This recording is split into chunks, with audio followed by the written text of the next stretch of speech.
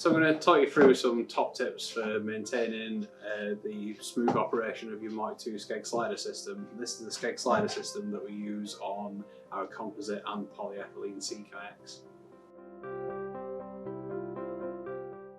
So starting at the back of the kayak, we have the Skeg blade, which is housed in the Skeg box. This has a bungee which is wrapped around the pivot point of the blade and then tensioned by a ball stopper which is jammed into the Skeg slider box. This provides the force that then deploys the Skeg blade when you release the Skeg slider.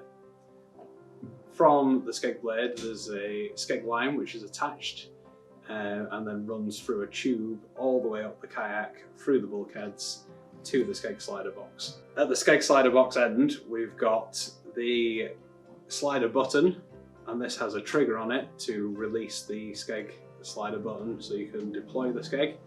And we also have a Skeg slider buoy, which is a composite buoy. The number one tip is always rinse your Skeg slider box and your Skeg box after each use, ideally with fresh water. That prevents any build-up of grit, sand, or any sort of salt deposits that might be in there, which can reduce the lifespan of those components and also cause them to jam. After you've rinsed the kayak, you can also occasionally lubricate the Skeg slider end with some silicone spray. In the past, we've used metal buoys for the Skeg slider buoy. That unfortunately would expand in certain temperatures and cause the system to jam, so these days we use a composite Skeg slider buoy. This is both self-lubricating and is more reliable in a wider range of conditions and climates. The composite Skeg slider buoy is a consumable buoy and it will wear down over time. You may find that your slider button might become jammed, and this could potentially be because the flat area is worn on the composite Skeg slider buoy. This can be remedied first of all by rotating the buoy and ensuring that the Skeg slider button is sitting on a more rounded part of it. This is easily done by removing the Allen key bolts at the front end of the Skeg slider box and removing the plastic cap that holds that in place. You can then pull out the composite Skeg slider buoy and rotate it or replace it as necessary. The next thing that's worth periodically checking is that the Skeg Line tube is secure in the boat.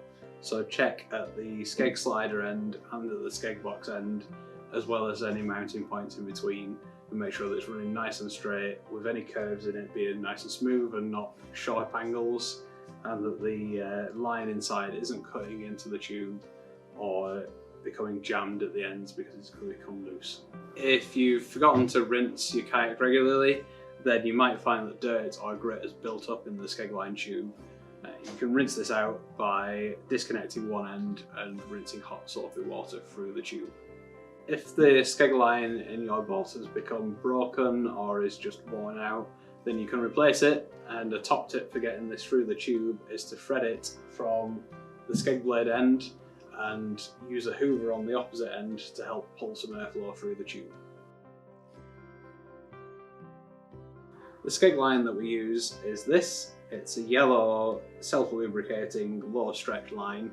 In the past we have used a blue line, which is a little bit of a narrower gauge, so if you are replacing a blue line you may need to drill out the hole in the Skeg slider button to allow you to thread this new thicker yellow line through. At the factory we will operate the Skeg a few times to make sure that all the knots have settled and that any small stretch in the line is removed as much as possible, and we also set the Skeg slider button to only travel along about 2/3 of the Skeg slider box. This means that if there is any settling in the line or in the knots as you use it, then this will be allowed for in the extra space that you've got in that Skeg slider box.